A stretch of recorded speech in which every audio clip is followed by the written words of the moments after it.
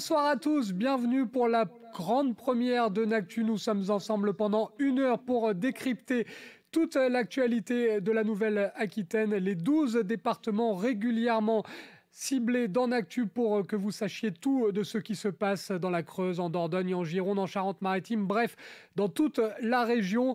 Tout de suite, c'est le sommaire, c'est en détail et c'est avec Clément Darbieux. Dans un instant, le journal de Victor Pérez-Boucheron. Il vous dira tout du meilleur des réseaux sociaux. On évoquera les vendanges. Quelle sera la qualité du vin 2022 après la sécheresse cet été? Impact ou non? Réponse dans un instant. Le dépistage n'est plus un tabou et ça peut vous sauver la vie. En ce mois d'octobre rose, nous allons parler du cancer du sein qui est le plus fréquent en France. Le docteur Zeneb Lounissi, membre du bureau à la Ligue contre le cancer en Gironde, sera avec nous. Enfin, l'invité de la rédaction avec 2 femmes à suivre, Florence Emono, fondatrice de l'association Super Rêve, et Sophie Davier, organisatrice de la Ferme s'habille en rose qui a lieu ce week-end. Merci Clément Darbieux. On débute ce Nactu avec l'accueil tout d'abord de notre journaliste de la rédaction du groupe Namédia, c'est Victor Pérez-Boucheron qui nous rejoint. Salut Victor. Bonjour Benjamin, bonjour à tous. Tout va bien Victor? Tout va très bien. Victor, tu as pas mal de choses à nous montrer dans cette émission de Nactu, avec tout d'abord le top 3 des infos de la semaine. Et en numéro 1, ça concerne les maires de Nouvelle-Aquitaine et de la France en général. Ils sont de plus en plus nombreux à boycotter la Coupe du Monde 2022 au Qatar. En effet, Benjamin, Paris, Bordeaux, Lille, Marseille, Strasbourg, Saint-Dié-des-Vosges ou La Rochelle, ce sont les municipalités qui ont refusé d'installer des écrans géants dans leur commune. Le motif, donc, le boycott de la Coupe du Monde au Qatar à 42 jours maintenant du mondial. Deuxième info, Victor, de la semaine, une info qui risque de jeter un froid. En effet, si Enedis coupait votre ballon d'eau chaude pour limiter la consommation d'énergie, c'est ce qui pourrait arriver à 4 millions de ménages durant les heures creuses. C'est le ministère de la Transition écologique donc qui a pris une décision qui fait l'effet d'une bombe sur les réseaux sociaux. Le distributeur serait donc autorisé à couper le signal d'enclenchement automatique lié aux heures creuses de 12h à 14h, explique donc le gestionnaire du réseau de distribution d'électricité. Et la troisième info de la semaine, c'est une info à consommer avec modération. Oui, si vous êtes adepte donc des soirées arrosées du vendredi soir, un laboratoire suédois a élaboré une pilule anti-gueule de bois composée d'ingrédients naturels et végétaux qui s'attaquent directement donc à l'alcool dans l'intestin avant qu'il n'atteigne le foie. La pilule vient donc d'être commercialisée depuis peu en France, mais néanmoins le laboratoire précise que cette dernière n'est pas une excuse pour conduire ivre et on le rappelle évidemment, l'alcool à consommer avec modération. Et on va faire tester évidemment cette pilule dès ce soir, puisque nous sommes vendredi, par Victor, notre journaliste qui n'hésite pas à mouiller le maillot. Victor, on va passer au top tendance de la semaine sur les réseaux sociaux. Qu'est-ce qui fait buzzer sur Twitter, sur Facebook, sur TikTok, Instagram? Tu vas nous le dire tout de suite. Et malheureusement, aujourd'hui, je suis en chemise, mais il y a une nouvelle tendance vestimentaire. On est tous en chemise, Benji, sur ce plateau. Après le col roulé du ministre de l'économie Bruno Le Maire, les pulls très vacances dans les Pyrénées de la première ministre Elisabeth Borne, le président Emmanuel Macron s'est affiché lui aussi avec un col roulé ce lundi et c'était sur Twitter. Alors est-ce un effet de mode ou une prise de conscience au vu de la situation énergétique? Alors sous une vidéo publiée donc par le président de la République sur Twitter, je me suis promené dans les commentaires comme tout bel utilisateur. Quel bel espace les commentaires, Benji. J'ai relevé donc quelques commentaires, celui de Christian Chevalier. Début octobre, c'est déjà les cols roulés. On attend avec impatience décembre, les doudounes, les moufles, le bonnet et les moon boots. M Duplan qui écrit ce que je retiens, 6 petits points, le col roulé 3 petits points avec 7 smileys, mort de rire. Et enfin Bugsy Cédric qui dit on dirait un vendeur d'aspirateur. Évidemment, tous les tweets sont à retrouver régulièrement dans cette séquence de Victor. Ça sera Nactu tous les lundis et tous les mardis soirs sur l'antenne de NaTV. La polémique de la semaine, Victor, elle concerne un député et cocorico pour la Nouvelle-Aquitaine, c'est un député bien de chez nous. Et c'est ni plus ni moins que le député Olivier Falorni qui se rapproche de la politique du président Emmanuel Macron. Alors dans un communiqué rédigé lundi par le Parti Socialiste, on peut le retrouver d'ailleurs sur le site internet de Namédia, on peut y lire, ouvrez les guillemets, Olivier Falorni, de plus en plus clair, il est et sera le soutien de la politique d'Emmanuel Macron. Autant dire que ça ne mâche pas ses mots du côté du Parti Socialiste à La Rochelle. Affaire à suivre, Benji, et néanmoins je me suis aussi promené sur Twitter et la conseillère départementale Marine Nedelec a tweeté le tweet que l'on peut voir à l'écran. ça ne mâche pas, ces mots comme le disait Benji. Ouais, il n'y avait pas de représentants de la droite au municipal à La Rochelle. En revanche, il y a beaucoup de représentants de la droite dans le département de la Charente-Maritime. Et pour tout savoir d'ailleurs de l'actualité politique de Nouvelle-Aquitaine, ça se passe dans l'émission Napolitique avec Nicolas Coute. Une émission que vous retrouvez tous les mercredis soirs et tous les jeudis soirs de 17h à 20h sur NaTV et en replay sur nos différentes plateformes, notamment la page YouTube. La vidéo de la semaine, Victor, quelle est-elle? Elle nous vient tout droit de TikTok. Alors je vais pas en rajouter plus, je vais vous laisser la regarder. Je vais néanmoins rajouter un petit commentaire. Nos Rochelais ont du talent, regardez.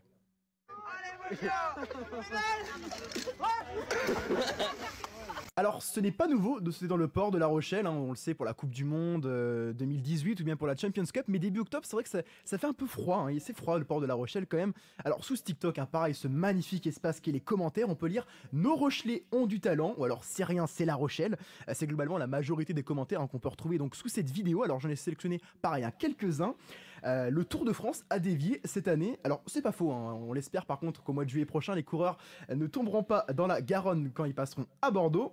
Et j'ai aussi un autre commentaire, hein, La Rochelle c'est un autre monde, et oui ici on vit en pleine autarcie. Et un dernier commentaire, alors lui il est pépite, hein, j'ai sélectionné celui de H. Vous me croisez à 2-3 heures du matin, je le fais. Eh bien écoute, H défilancé, n'hésite pas à prévenir Namédia si tu le fais, on veut pas passer à côté de l'exclu. Et n'hésite pas également à regarder sur le site na.media les horaires des marées, hein, parce que ça peut surprendre si c'est marée basse. Attention quand on lance un défi de la sorte. Victor, on te retrouve mardi dans Actu, puisque lundi, il n'y a pas d'émission. Lundi, il y aura tout simplement le tirage au sort en direct du 16e tour de la Coupe de France. Tirage au sort qui aura lieu aux alentours de 19h15 sur notre antenne, l'antenne de NaTV. Vous serez bien évidemment nombreux à suivre ce tirage comme d'habitude. Ça sera juste après l'émission LFN TV consacrée au football amateur et professionnel en Nouvelle-Aquitaine. Merci beaucoup Victor. Merci Benji, à mardi. Notre premier sujet ce soir dans Actu va être consacré au vin avec notamment les vendanges. On va filer pas très loin de Libourne, dans le département de la Gironde, précisément au Clos du Breuil, où Florian Sabatier est allé se renseigner sur les vendanges. Quelle est la qualité du vin? Les vendanges ont-elles dû être avancées par rapport à d'habitude en raison des conditions météo? Sujet dans Actu, signé Florian Sabatier. Comme chaque année, lors de la rentrée courant septembre, la saison des vendanges bat son plein dans les vignes bordelaises et plus précisément dans le Libournais, non loin de Saint-Émilion. Entre récolte dans les rangs de vignes jusqu'au stockage dans les cuves, le temps semble ne pas s'arrêter pendant quelques semaines. Selon les dernières estimations, juillet 2022 a été un mois rare en pluie et il faut se reporter à 1960 pour connaître un été aussi aride. Pour autant, les vignes n'ont pas souffert pendant cette période. On se rend compte que les échéances se rapprochent, donc effectivement on est obligé de prendre en compte tout ce qui nous arrive. On a eu un été extrêmement chaud, extrêmement sec. Nous avons la chance sur beaucoup de nos terroirs d'être sur des argilo-calcaires ou des argiles. Donc la vigne n'a pas souffert de la sécheresse et ça nous a permis de faire des vins tout à fait en adéquation avec le style, hein, donc avec beaucoup de fraîcheur malgré les températures et les degrés du vin. En revanche, on est évidemment bien obligé de prendre en considération ce qui se passe et de réfléchir à planter des merlots sur des faces nord, sortir peut-être nos merlots des graves et plutôt planter des cabernets sauvignons. Donc il y a toute une réflexion qui est en cours au niveau de l'entreprise familiale pour s'adapter à ces changements climatiques, mais qui en tout état de cause sur un millésime comme 2020, même si nous avons moins de volume que prévu, le millésime est absolument exceptionnel. Et dans le vignoble Jean-Louis Trocard, une histoire familiale de génération en génération se perpétue, de grand-père à petit-fils. Que cela soit pour Benoît ou Jean-Charles, il n'était pas forcément prévu de se lancer dans cette affaire familiale qui dure depuis plus de 400 ans. Mais tôt ou tard, le retour aux sources se fait. Ouais, les reprises de domaines se font pas forcément on n'a pas vraiment envie depuis la tendre enfance parce que ce sont quand même des moments difficiles, hein. Ça reste encore à ce niveau-là de l'agriculture. même si c'est de la viticulture, ça reste très agricole. Donc on subit de plein fouet sur des petits domaines familiaux tout ce qui se passe au niveau international, hein, donc l'augmentation du coût des matières, les aléas climatiques. Hein, nous n'avons pas des réserves de trésorerie qui nous permettent véritablement de pallier à tous ces événements. Donc effectivement, quand on se pose la question de reprendre, on hésite énormément. Et puis malgré tout, on est rattrapé par cette lumière et cette énergie familiale. Même moi qui ai fait des études plutôt destinées à la gestion d'entreprise et au commerce international, on se lève un matin, on se dit mais il me manque quelque chose, et ce quelque chose, c'est ce retour à la vigne, à la vinification, à ces odeurs et à cette ambition de transformer un produit qui est le raisin en un grand vin, et le plus grand vin possible. Alors, on va dire qu'on baigne dedans depuis qu'on est petit. On était toujours en train de donner un coup de main, que ce soit la vigne, au chai, pour les plantations, avec les parents, les grands-parents. Ce qui a plutôt eu tendance à m'éloigner, moi, au début, en première instance, du monde viticole. J'étais un scientifique, j'ai voulu continuer dans tout ce qui était mesures physiques, avant de me rendre compte qu'on est bien vite rattrapé par nos premières passions, nos premiers amours. Et du coup, je suis revenu en 2015 dans mes études en œnologie. Et après, j'en ai profité pour voyager avant de revenir sur les vignobles familiaux en 2018. Un retour aux sources qui a amené Jean-Charles Trocard à investir dans un projet à la fois personnel et professionnel. Ce dernier va mettre en place sa propre exploitation avec son ami pour prendre également son envol. Pour ce faire, les conseils ou aides multiples de la famille n'est jamais loin pour démarrer sur des bases solides. Alors c'était l'envie surtout avec Elsa d'avoir notre projet à deux, notre exploitation, on va dire notre exploitation familiale. C'était de développer un produit qui nous ressemblait, qui était à notre image, légèrement différent de ce qu'on fait avec les autres Trocard, puisque aujourd'hui ce projet-là de 2,30 hectares en bio sur l'appellation de Pomerol, c'est quelque chose en bio, c'est un retour au terroir, on veut produire un vin qui exprime quelque chose de naturel et au maximum en tout cas. Alors aujourd'hui je pense qu'avec Elsa, la propriété qu'on achète ne pourrait pas exister sans l'aide familiale, que ce soit par le prêt de matériel, le conseil. On a vraiment, que ce soit mon père, mon frère, aujourd'hui sont présents sur la propriété avec nous pour nous aider à piloter cette exploitation, et c'est vraiment quelque chose qui se fait en famille et c'est naturel. Finalement, si la région bordelaise a connu un été très aride, la vigne, elle, se trouve au mieux pour une année 2022 qui promet d'être intéressante pour les caves des particuliers. Désormais, il faudra attendre quelques mois pour goûter à ce précieux breuvage qui colle parfaitement avec une région mondialement connue pour son savoir-faire traditionnel. Et pour continuer de parler du sujet du vin dans Actu, on reçoit notre premier invité ce soir. On file en Gironde du côté du château de Moulin de Péronin. C'est en Gironde précisément à Pujols où l'on retrouve Franck Terral, le propriétaire du domaine. Bonsoir Franck. Bonsoir Benjamin. Franck, on vient de voir un sujet sur les vendanges, on va en parler dans un instant, mais juste quand même pour préciser un petit peu à nos téléspectateurs, est-ce qu'on peut situer le domaine? On est du côté de l'Entre-deux-Mers, c'est ça? Oui, exactement, on est aux portes de l'Entre-deux-Mers côté est, au sud de Castillon-la-Bataille. On est à peu près on franchit la Dordogne à Castillon-la-Bataille, on fait 5-6 km au sud en direction de Langon, et on trouve Pujols, un joli village perché, voilà, avec 600 âmes, et le château Moulin de Péronin se trouve sur les hauteurs de Pujols. Voilà. Avec au total une vingtaine d'hectares, c'est ça? Alors, on a 20 hectares en propriété, dont uniquement 12 en vigne, et à terme, l'idée, c'est d'avoir 15 hectares de vigne. On a 5 ou 6 hectares qui sont dédiés à la biodiversité et à une aire de camping-car et d'autres choses, mais 15 hectares de vigne au final. Et sur les Voilà. 15 hectares de vigne, la répartition, Franck, au niveau du rouge et du blanc? Alors, grosso modo, c'est à peu près un tiers de blanc, avec 3 cépages, Sauvignon blanc, Sauvignon gris et Sémillon. Et en rouge, donc à peu près 2 tiers, grosso modo. Voilà, on a du Merlot en majorité, du Malbec, à peu près 25%, et du Cabernet Sauvignon. Voilà, à ce jour, la photo de l'encépagement. Et au niveau de la production, vous produisez du rouge, du rosé, du blanc et même du crément et du vin orange. Franck, racontez-nous un petit peu votre production.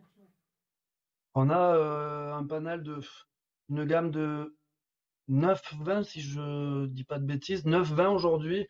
Donc avec toutes les couleurs finalement blanc, on a 2 blancs différents.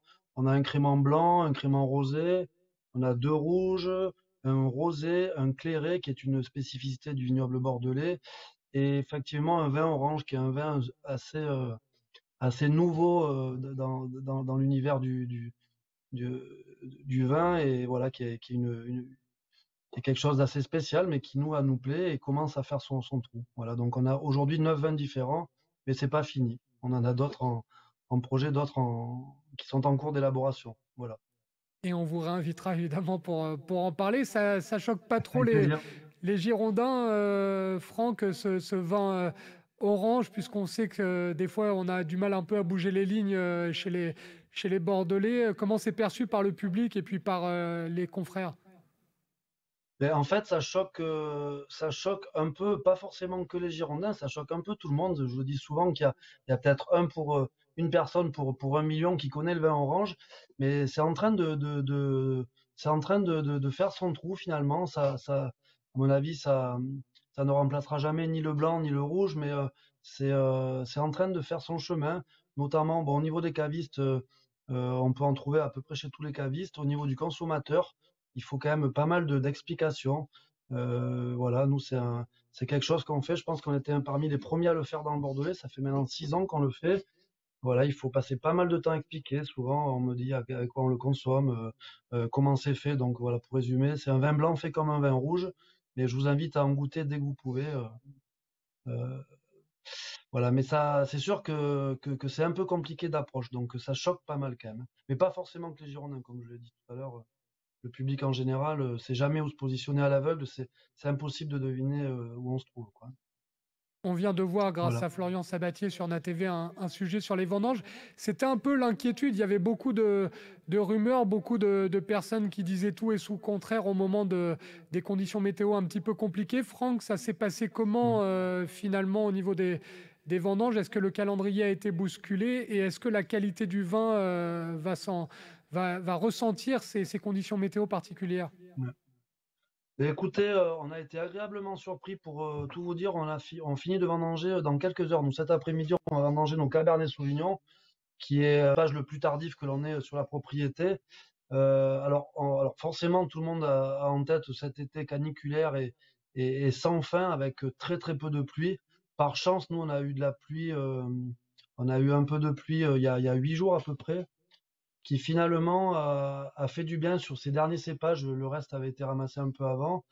Je pense que de manière générale, quand on discute avec les autres confrères vignerons, on est tous agréablement surpris par la qualité qui, à mon avis, est assez exceptionnelle. Les rendements, comme on pourrait craindre, sont... Alors, il y a un peu de tout forcément, mais ils sont un peu en deçà de ce que l'on attendait. En gros, en grande partie à cause du manque de pluie.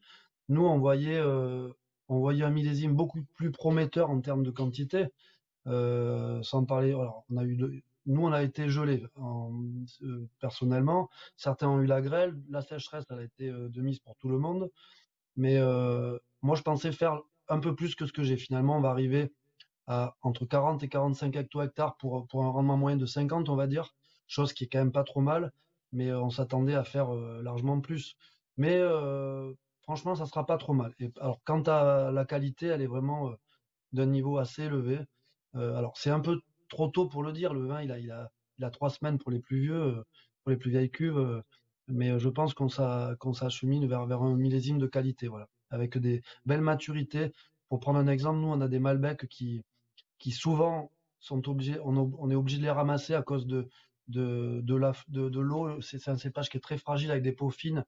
Souvent, elles éclatent et ça perd et on est obligé de le ramasser. Cette année, on a pu pousser des maturités exceptionnelles sur les Malbecs. Pour preuve, on en a ramassé encore un petit peu hier. Donc, il était temps de les ramasser, certes, mais jamais on a eu des maturités aussi poussées et aussi homogènes sur les Malbecs. Donc, ça résume un millésime, je pense, très prometteur. Voilà. Pas d'impact et de conséquences en lien avec les incendies qui ont frappé malheureusement la Gironde, Franck? Non, parce que nous, on s'en trouve finalement assez loin. Alors, c'est vrai que l'Andiras, qui est le plus proche, on était à peu près, je dirais, à 40-45 km à vol d'oiseau, bien que les fumées, on les voyait comme si elles étaient juste à côté. Mais je pense pas. Après, la canicule a certes été problématique quant à certaines vignes. En fait, je pense que suivant le type de vigne que l'on avait, certaines vignes ont souffert plus que d'autres. Nous, on a eu la chance jusqu'à 10 jours avant les vendanges, on n'avait eu aucun signe de mal-être des vignes. Finalement, après, plus on se rapprochait des vendanges, on a quelques parcelles qui ont commencé à souffrir. Mais on a été, je pense, agréablement surpris par la tenue des vignes quant à voilà, la canicule.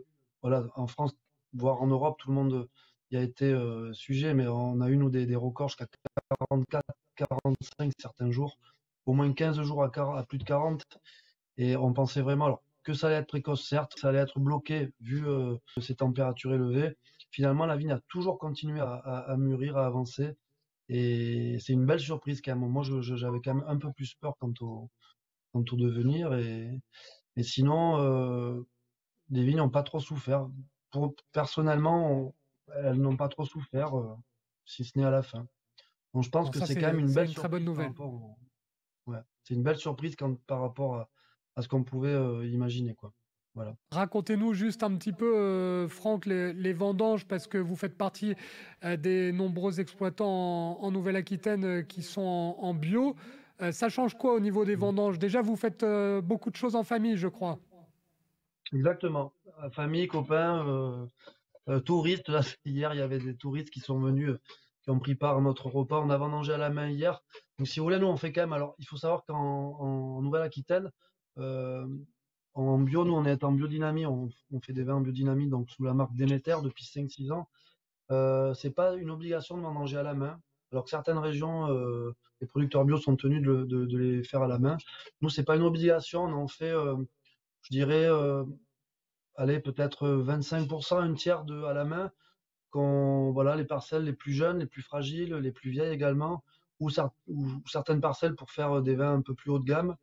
Donc, chose qui était le cas cette année, on a fait, je pense, au moins 6-7 jours de vendange à la main pour essayer de faire des lots un peu plus qualitatifs avec des tris, des vendanges manuelles, donc voilà, avec des petites cagettes.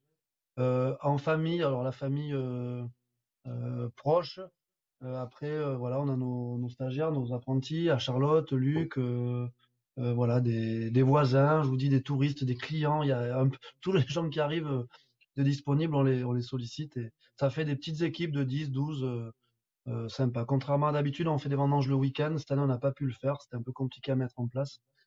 Mais voilà, alors le reste, on le fait le reste du vignoble est vendangé à la machine, on fait partie d'une CUMA. Donc voilà, une mutualisation d'une machine à vendanger avec d'autres confrères vignerons. Donc voilà, à peu près, tous les ans, c'est pas toujours, ça se goupille jamais forcément de la même façon, mais à peu près, on fait toujours quand même au moins 20% à la main. Voilà. Et si vous voulez plus de renseignements, bien évidemment, les réseaux sociaux et le site.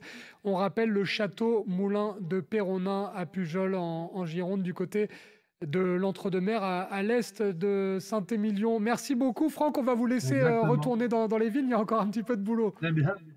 Merci Benjamin, bonne fin de journée et à bientôt. Bonne soirée. Dans un instant, c'est un tout autre sujet que l'on va évoquer dans Actu. On va s'intéresser à Octobre Rose. Vous le savez, chaque mois d'octobre depuis 1985, on met en lumière la lutte contre le cancer du sein. On aura deux invités pour en parler, avec notamment un événement organisé dans une ferme, mais également une responsable de la Ligue contre le cancer de Gironde. C'est tout de suite dans Actu. Ne bougez pas, nous sommes ensemble encore jusqu'à 20h.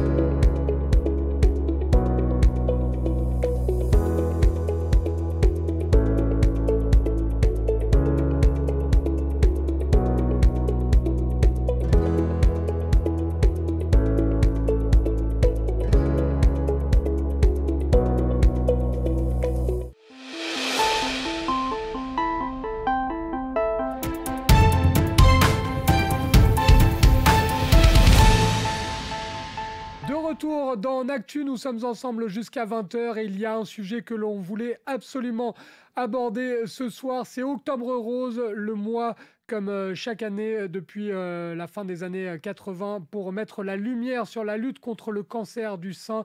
Et pour en parler, nous avons l'invité idéal, Dr Zeynep Lounissi, radiologue et scénologue au CHU de Bordeaux, mais également membre du bureau de la Ligue contre le cancer en Gironde. Bonsoir docteur. Bonsoir, merci pour votre invitation et l'intérêt que vous portez à cette cause.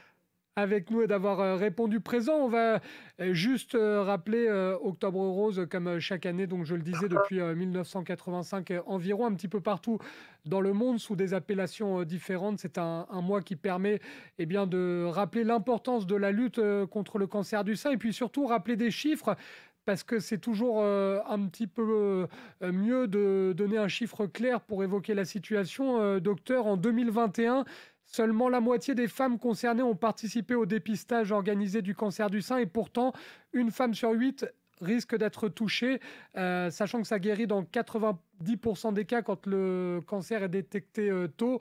Je crois que les chiffres parlent d'eux-mêmes, hein, docteur, c'est important. Tout à fait, je vois que vous êtes bien documenté. Je vais vous donner les chiffres en France. C'est malheureusement encore 59 000 nouveaux cas en France de femmes touchées par le cancer du sein.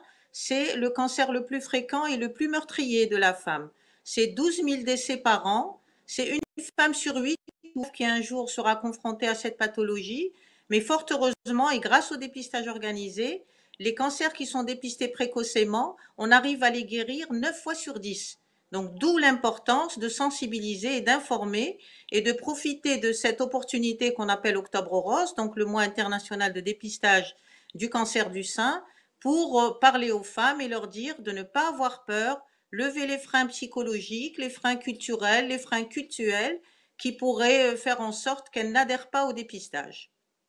Et on va en parler évidemment tout au long du mois d'octobre sur l'antenne de NATV, mais on est ravis de vous avoir parce qu'on va faire un petit peu un point sur ce qui va se passer en Gironde et notamment une campagne qui a été créée avec l'illustratrice Lola Lovegood et je dois avouer, on est plusieurs à la rédaction à avoir tout de suite été impactés par cette campagne parce qu'elle est très bien faite et puis elle est ludique, docteur. Tout à fait. Si vous voulez, c'est vraiment mes propos introductifs. Il faut quand même comprendre que le dépistage, c'est une intervention en santé publique où on demande aux femmes, pour ce qui est du dépistage organisé, de 50 à 74 ans, de prendre rendez-vous avec leur radiologue, un radiologue qui normalement est agréé pour le dépistage et qui est donc formé au dépistage. Et ces femmes qui ne se plaignent de rien peuvent ressortir de cette consultation avec un diagnostic de cancer du sein.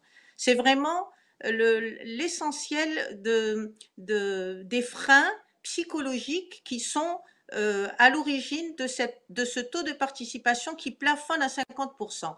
Ce qu'il faut dire, c'est que c'est vrai, c'est une intervention de santé publique, seulement dans 99% des cas où on fait une mammographie dans le dépistage, celle-ci est normale.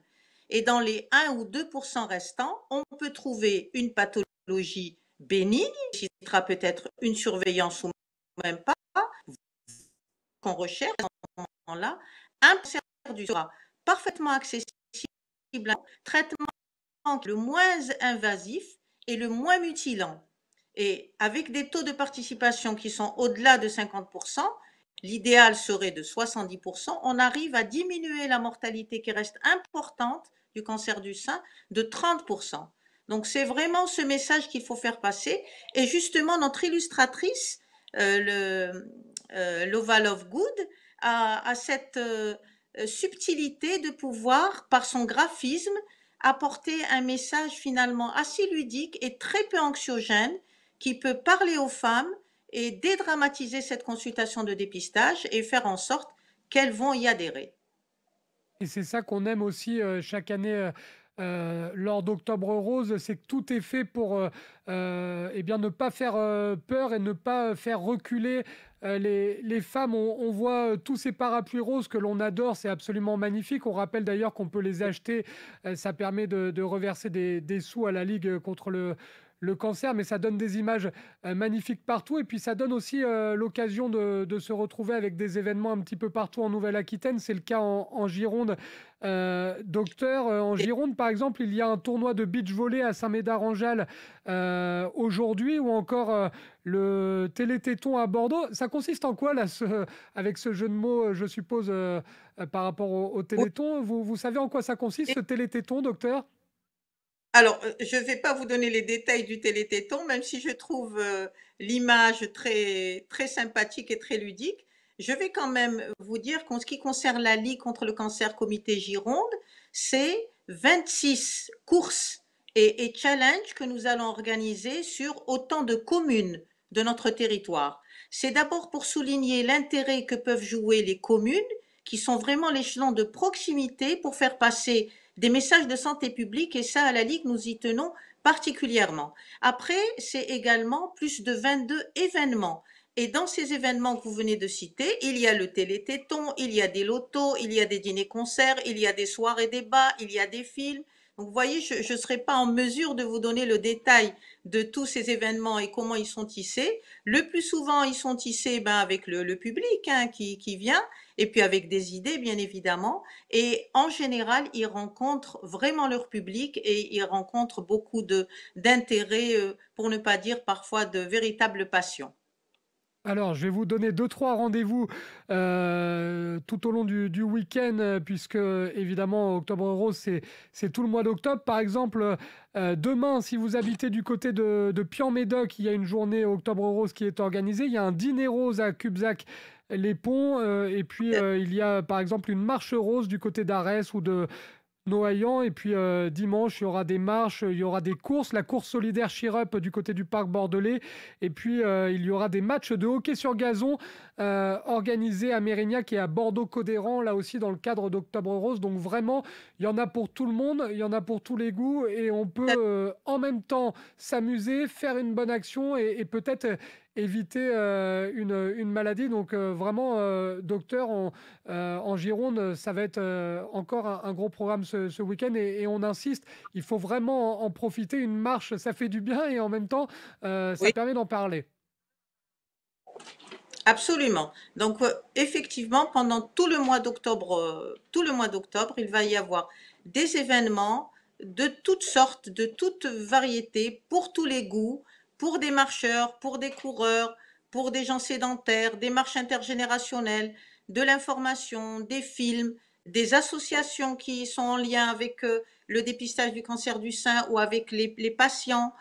Donc, vous allez, comme on dit, vous pouvez faire votre marché où vous voulez. Forcément, au niveau de la commune où vous êtes, il y a forcément soit la municipalité, soit la Ligue contre le cancer qui va organiser un événement où vous serez certainement les ou la bienvenue pour justement faire passer ce message du dépistage organisé. Et là, on a parlé de la Gironde, mais dans un instant, on va recevoir Sophie Davier qui tient une ferme, qui organise un événement, la ferme s'habille en rose, parce que Sophie Davier a malheureusement eu le cancer du sein, et du coup, forcément, elle a décidé maintenant de s'impliquer et de créer des événements pour en parler au maximum. C'est ça aussi, docteur, on pense que ça n'arrive qu'aux autres, et non, ça peut arriver malheureusement à tout le monde, à l'image de Sophie Davier que l'on va recevoir dans un instant. Eh bien, écoutez, c'est parfait. Je pense que les femmes qui témoignent aussi de leur vécu, c'est également des femmes qui vont contribuer à l'information et à la sensibilisation pour le dépistage organisé du cancer. C'est pas une initiative facile, et je tiens à féliciter toutes les femmes qui font cette démarche, parce que les associations en ont besoin, parce que les patientes en ont besoin, et les femmes en général, ça permet de dédramatiser le cancer, de dédramatiser son traitement. Encore une fois, les cancers qui sont diagnostiqués dans le cadre du dépistage organisé sont des tout petits cancers pour lesquels les traitements ne sont pas invasifs, ne sont pas mutilants, et pour lesquels on apporte la guérison. Je crois que c'est ça le plus important. Les femmes doivent le savoir. Il ne faut pas avoir peur de faire sa mammographie. Encore une fois, dans plus de 90% des cas, cette mammographie sera normale. Et n'hésitez pas à aller consulter Site officiel de la Ligue contre le cancer du sein, également celui dédié à la Gironde. Tout est très bien fait, tout est ludique, tout est très bien expliqué. Il y a des chiffres, il y a le programme d'ailleurs de tout le mois avec toutes les manifestations. Donc n'hésitez pas clairement à aller vous renseigner et n'hésitez pas à vous faire dépister. Merci beaucoup, docteur, d'avoir été avec nous pour ce sujet si important qui nous tenait à cœur dans Actu. Merci à vous de pouvoir porter et de l'intérêt que vous portez à cette cause. Et bravo à vous. On continue de parler d'Octobre Rose tout de suite dans Actu avec l'invité de la rédaction. C'est Sophie Davier. Sophie Davier qui est la fondatrice de la ferme S'habille en rose. Elle a répondu aux questions de Jean-François Pibre.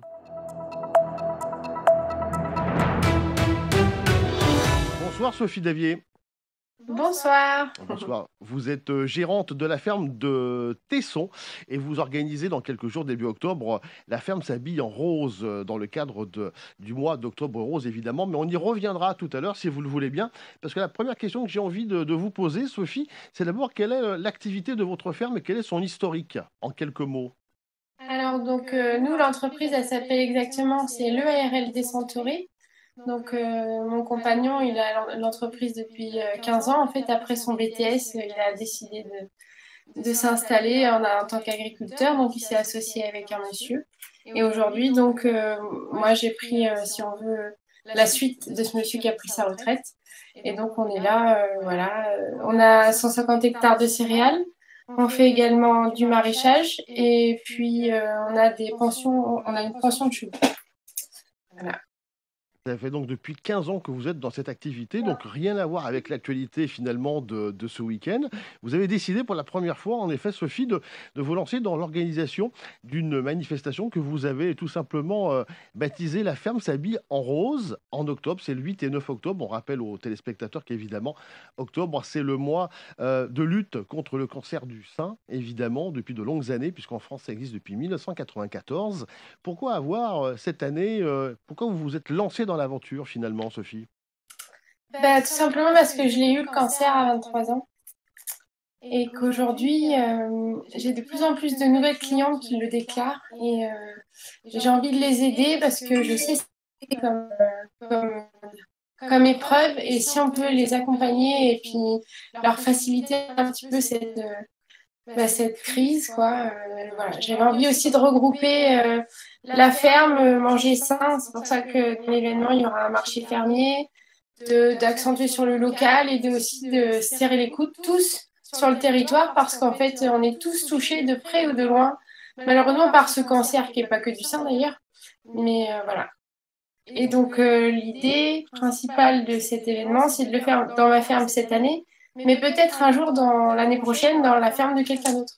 Ah, effectivement, on reviendra, on va développer effectivement, Sophie, d'abord celle de cette année, puis sur vos projets potentiels. Mais je vais revenir quand même un petit peu sur la raison qui vous a poussé à organiser cet événement, parce que c'est quand même loin d'être un détail. Évidemment, qu'est-ce qui vous a incité finalement de passer d'une maladie que vous avez combattue, que vous avez guérie, à passer à l'action? Qu'est-ce qui a été le déclic finalement? Je pense que quand on vit ce genre de choses, après, on est une battante et puis on a envie d'aider les autres, tout simplement. Qu'est-ce qui me motive, c'est que je veux donner le sourire aux gens qui sont en train de le vivre. Voilà. Comme j'aurais aimé qu'on le fasse pour moi. Et pour revenir donc à ces 2 journées, comment ça va se passer ces 8 et 9 octobre, clairement? Quel est le programme des réjouissances, si l'on peut dire? Alors, du coup, le samedi, on va ouvrir les portes de la ferme à partir de 9h. Donc sur la ferme, il y aura un marché fermier avec des producteurs locaux. Il y aura des personnes qui vont faire du safran, qui vont faire du miel, qui vont faire du fromage de vache et de la bière, voilà, plusieurs producteurs. Ensuite, on va faire un espace bien-être spécialisé dans la femme. Donc il y aura esthéticienne, naturopathe, des personnes qui seront là pour le plaisir de la femme. Nous, on va sortir tous nos tracteurs, on va les nettoyer, puis on va faire une petite expo de tracteurs. Et puis à partir de là, on va commencer les activités dans le vif du sujet. Donc une séance de sport collectif avec une coach sportive qui va venir spécialement pour l'occasion. Et puis ensuite, comme on a des chevaux en pension, comme je vous l'ai dit tout à l'heure, on va pouvoir faire un spectacle. Enfin, il y a 2 spectacles équestres, un samedi et un dimanche. Et enfin, défilé de mode, spectacle de tissu aérien et concert, et ainsi qu'un repas champêtre. Donc ça, c'est tout le samedi jusqu'à 22h. Et ensuite, le dimanche, ce sera que le matin pour remettre en route le marché fermier et le spectacle équestre. Et on s'arrêtera à 13h. En fait, les gens peuvent emmener leur pique-nique et manger avec nous, voilà, pour finir tranquillement. Pour attirer du monde, vous avez communiqué de quelle façon? Alors, du coup, là, j'ai les flyers. Donc, on a des affiches et des flyers. On va faire également des bâches, comme on fait les agriculteurs, sur des paillets de paille. On va mettre ça autour de chez nous. Et puis, il y a une page Facebook qui s'appelle La Ferme s'habille en rose, avec un événement Facebook qu'il faut partager et faire tourner, circuler à tout le monde. Voilà. Vous espérez avoir combien de personnes sur ces 2 journées? Vous avez un objectif précis ou c'est encore un petit peu flou? Après, je pense qu'on a visé un peu haut dans le projet, donc j'espère que les personnes vont répondre à notre événement. J'en ai aucune idée. J'imaginais 400 personnes. Voilà. Je fixer des objectifs, effectivement. Et dans cette perspective, si l'on peut dire, il y a, donc les gens vont faire un don, hein, clairement. Hein, vous allez donc récolter des dons, des fonds, donc pour Oui. la lutte contre le cancer du sein, entre Voilà. autres. Les exposants, ils vont aussi donner en fonction de ce qu'ils ont envie, des exposants, parce qu'on leur a rien demandé pour l'emplacement. Chacun, après, va faire en fonction de son porte-monnaie. Nous, on va faire une urne, une sorte de chapeau, et on va passer pour proposer aux gens de participer aux dons. Mais le but, c'est d'essayer de faire des activités qui vont peut-être récolter un petit peu de sous. Mais après, chacun fait en fonction de ses besoins, de ses revenus, quoi. Il n'y a pas d'obligation, il n'y a pas d'entrée payante aussi pour le marché. C'est vous mettez une urne, si je comprends bien, les gens vont donc déposer leurs dons, ce qu'ils veulent en fonction de leurs revenus, bien sûr. Et après, voilà. Sophie, justement, ces dons que vous allez récolter pendant 2 jours, vous les déposez à qui? Alors, du coup, c'est l'association Partage ta différence qui va récolter l'enveloppe finale. Et à partir de là, elle va se charger de reverser aux personnes qui en ont besoin. Je dis une bêtise, par exemple, si vous avez besoin d'un soutien-gorge spécial par rapport au fait que vous ayez une prothèse capillaire, vous allez envoyer votre devis et l'association va vous remettre une enveloppe en fonction évidemment de toutes les demandes qui vont avoir à être traitées. Et donc, c'est là où c'est important pour nous, c'est que les dons vont revenir directement aux personnes malades. Il n'y a pas d'intermédiaire. Cette association, elle est de Nouvelle-Aquitaine? Oui, c'est Faté qui est sur Saint-Vivien. Voilà, c'est à côté de Cléon. Alors, question peut-être un petit peu compliquée parce que c'est votre première fois. Est-ce que vous vous êtes fixé des objectifs en termes de revenus? Vous espérez collecter combien d'euros? Quelle somme? L'année dernière, avec mon petit apéritif, on a récolté entre 350 et 400 euros. Déjà, j'ai trouvé ça chouette. Là, on a quand même une belle enveloppe de sponsoring. Donc, j'espère la multiplier par 3. Je sais pas si on arrive à 4 chiffres, ce serait cool. On va voir. Chouette. Je reviens un petit peu sur sur ce que vous avez vécu, Sophie. Justement, quand on a traversé ce type de maladie terrible, vous l'avez dit tout à l'heure, on en ressort plus fort. Est-ce qu'aujourd'hui, ce qui est important pour vous, c'est de partager ce que vous avez vécu et justement de contribuer concrètement finalement à soulager les femmes qui sont malades? En fait, déjà, je suis le témoin qu'on peut avoir le cancer jeune parce que je l'ai eu à 23 ans. Et du coup, c'est vrai que je veux que les jeunes femmes le sachent, que ça peut arriver, qu'il faut aller chaque année chez la gynécologue, juste au moins pour faire un petit contrôle, une petite palpation, et que c'est hyper important parce que si j'avais pas fait ça, je serais pas là, c'est clair. Donc, je veux juste être le témoin que aussi on peut s'en sortir et que ça peut aller, ça va bien se passer, quoi. Voilà. Justement, si on développe un peu cette idée, est-ce que vous pensez justement que les femmes ne sont pas assez informées, ne sont pas assez craintives finalement devant ce fléau? Je pense que c'est une maladie qu'on imagine plus pour les dames de 50-60 ans, peut-être, je sais plus à quel âge on commence à recevoir là, le rappel pour faire les contrôles de mammographie. Mais le cancer du sein, en tout cas, ou alors de l'utérus pour certaines, il n'y a pas d'âge. Et c'est vrai qu'il faut avoir un bon médecin, une bonne gynéco, et que c'est important de se faire suivre correctement, quoi. C'est vrai que les hôpitaux, c'est pas rigolo, mais il faut y aller. On va faire un peu de perspective, de prospective, si j'ose dire, pardon, je vais y arriver. Bon, cette édition, c'est le 8 et le 9 octobre, donc c'est dans quelques jours, dans quelques semaines, tout juste. Est-ce que vous avez déjà un œil, Sophie, sur ce que vous avez envie de faire dans les années futures? Par rapport à ce genre Évidemment, oui, de... par rapport à cette cause, bien sûr. Là déjà, cet événement, c'est une idée que j'ai eue cet été. Donc on a tout fait dans le feu de l'action. Et puis, si ça se passe bien, je pense que la vie, c'est ça. Faut vivre au jour le jour. Après, je pense que je suis assez inventive. Je trouverai bien quelque chose à faire. Mais pour l'instant, je vais me concentrer là-dessus. Et puis plus tard, je vais refiler le bébé à des collègues agriculteurs et puis les soutenir là-dedans. Et puis, évidemment, les aider à souligner le fait qu'il faut que ça fonctionne. Voilà, c'est tout. On compte sur vous pour nous faire un débrief, évidemment, Sophie, pour savoir comment ça a fonctionné ces 8 et 9 octobre prochains. Et juste avant de se quitter, pour revenir aussi un petit peu sur la ferme, sur votre activité principale, est-ce que vous avez des choses aussi, des projets qui vont naître d'ici la fin de l'année 2022 ou au début de l'année 2023? Moi déjà, du coup, je suis maraîchère. Donc ma spécialité, c'est les tomates et les courges. Je suis la reine des tomates.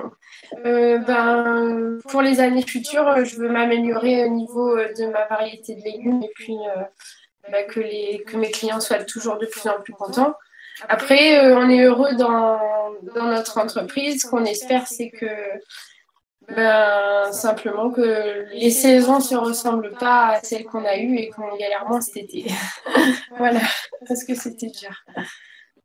Vous faites un bon mix finalement entre des causes environnementales et puis des causes de santé, Sophie, si on fait un peu la synthèse. On vous remercie en tous les cas de nous avoir consacré un petit moment précieux de votre temps. On vous souhaite une bonne fin de journée et à très bientôt. Et on peut rappeler, donc c'est le 8 et 9 octobre prochain.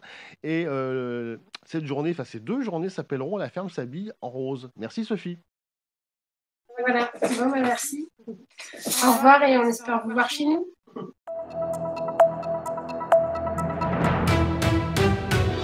N'hésitez pas, si vous êtes intéressé par cet événement, à aller sur les réseaux sociaux de la ferme s'habille en rose. Nous avons besoin de vous, évidemment, pour mettre en lumière Octobre Rose et pour aider la lutte contre le cancer du sein. Tout de suite, c'est Victor Pérez-Boucheron dans l'invité de la rédaction qui reçoit Florence et Mono qui s'occupe de l'association Super Rêve.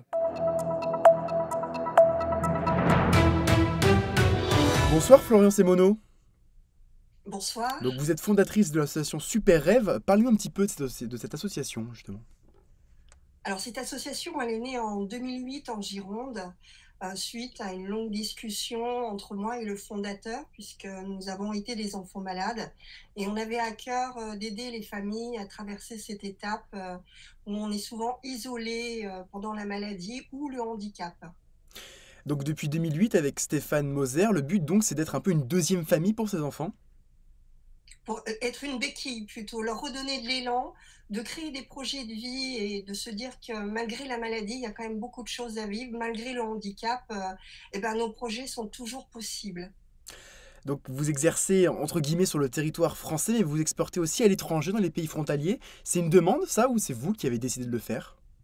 Non, c'est parce que les demandes sont arrivées spontanément. Et donc qu'est-ce que cherchent les pays frontaliers justement à solliciter votre aide? Parce que bon, il existe très peu d'associations comme nous sur le territoire, par exemple du Luxembourg ou de la Suisse. Et c'est vrai, notre notoriété auprès des centres hospitaliers est telle que bien souvent, ce sont aussi des familles qui sont suivies en France. Et donc, elles font naturellement appel à nos services, entre guillemets, à ce qu'on peut proposer en termes de rêve. Donc vous êtes également entouré de célébrités, de cœurs célèbres, comme vous dites. Est-ce que ces Oui. personnalités, comment sont-elles avec les enfants et quelles sont leurs missions? Généralement, les rencontres avec les célébrités, quelles qu'elles soient, se passent toujours très bien. C'est l'enfant qui est la star, donc c'est toujours très bien accueilli par les familles. Au sein de l'association, les artistes sont libres de nous soutenir quand ils le souhaitent. On n'a pas de partenariat, c'est vraiment du cœur à cœur. Ce sont des demandes d'enfants, de familles, vous, ou alors les artistes simplement qui demandent, ou comment sont-ils Non, c'est sollicités? vraiment les enfants qui font la demande. Bon, bah, par le biais de leur famille ou par le biais de l'équipe médicale, parce que c'est souvent aussi les équipes médicales qui font appel à nous quand ils sentent qu'il y a un besoin. Et voilà, ça se passe le plus naturellement possible. À l'intérieur de l'association, on prend bien en compte tous les besoins de l'enfant au niveau de sa santé ou de ses handicaps, de savoir si le rêve peut se réaliser et d'avoir l'aval de l'équipe médicale une fois qu'on a tout formalisé. Alors comment on juge si un rêve peut se réaliser ou non? Ah bah, tout simplement par rapport à la pathologie, par exemple, on avait un enfant qui avait ce qu'on appelle la maladie des os de verre et qui voulait faire donc un tour en avion zéro gravité. Bon, les chocs entre le moment où on est en apesanteur et on revient dans l'apesanteur ne sont pas adaptés à sa pathologie. Donc là, nous ne pouvons pas valider le rêve tel que nous le recevons, mais on a pu l'emmener en soufflerie pour qu'il ait l'impression d'une apesanteur.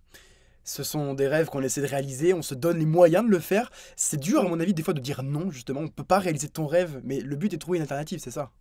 C'est ça, exactement, de trouver comment on peut réaliser son projet malgré la maladie, malgré le handicap.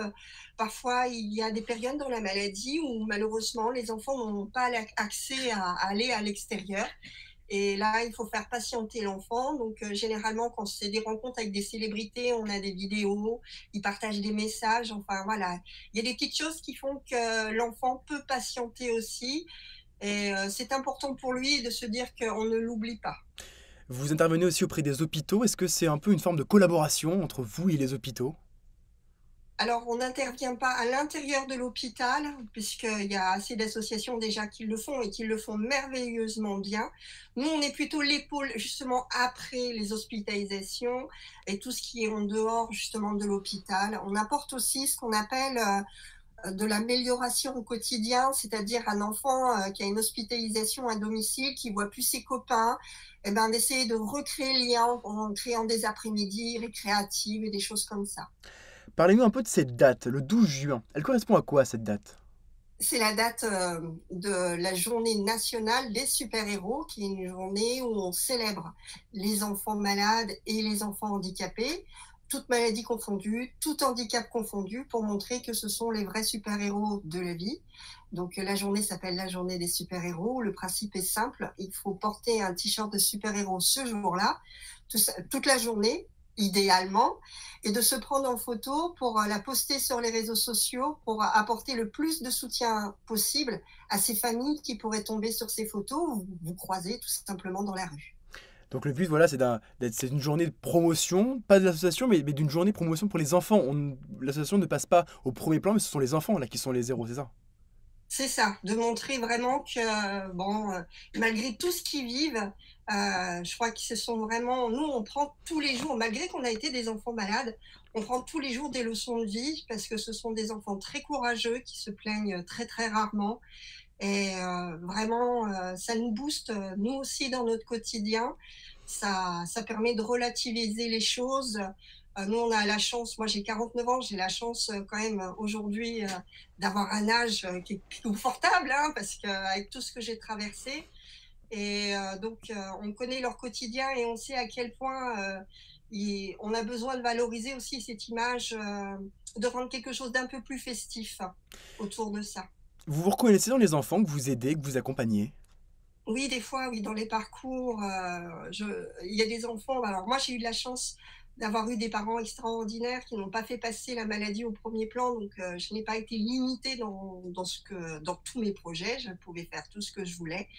Et je vois beaucoup d'enfants qui veulent dépasser leurs limites, se prouver tout simplement qu'ils existent, hein, parce que la maladie est tellement omniprésente qu'on a besoin de se prouver nous-mêmes qu'on est capable d'autre chose que cette maladie. Comment vous l'imaginez justement votre prochain 12 juin?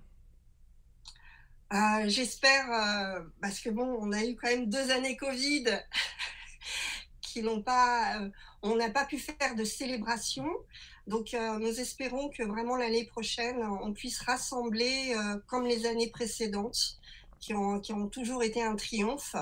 Et on espère mobiliser de nouveau beaucoup de personnes par Internet, par tous les réseaux et tous les canaux de communication qui existent. Donc rassembler des célébrités, mais à la fois pas que des Mais pas célébrités. que. Oui. Non, tout le monde. Vraiment, tout le monde est concerné.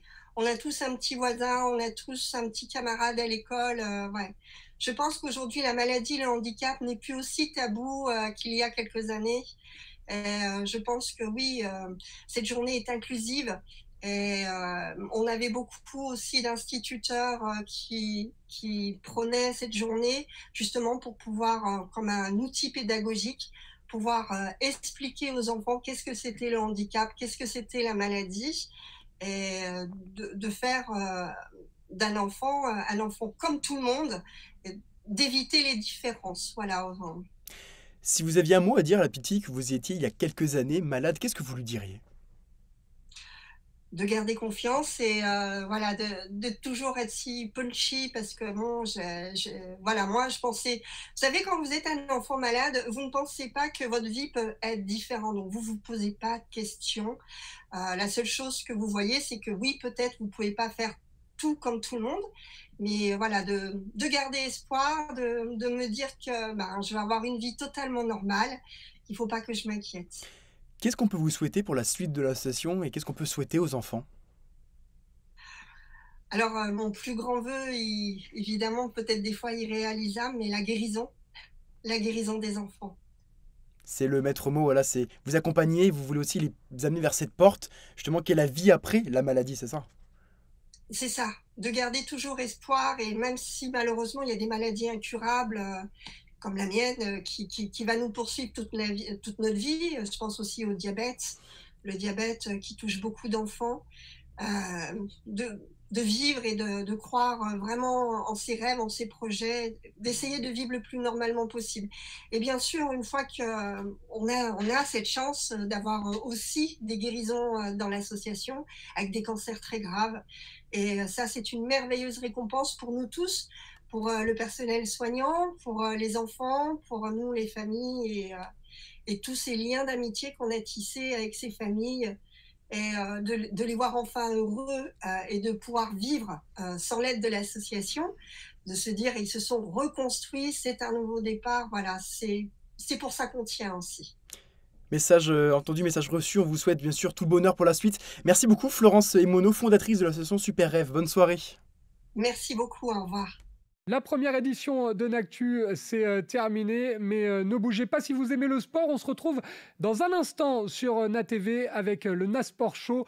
On va parler football avec les Girondins de Bordeaux, on va parler rugby, on va parler basket avec une invitée de prestige, Marie-Ève Paget. On va également évoquer l'actualité des boxeurs de Bordeaux, ça c'est du hockey sur glace. Si vous aimez le sport, vous restez avec nous, sinon je vous souhaite une très bonne soirée sur NATV.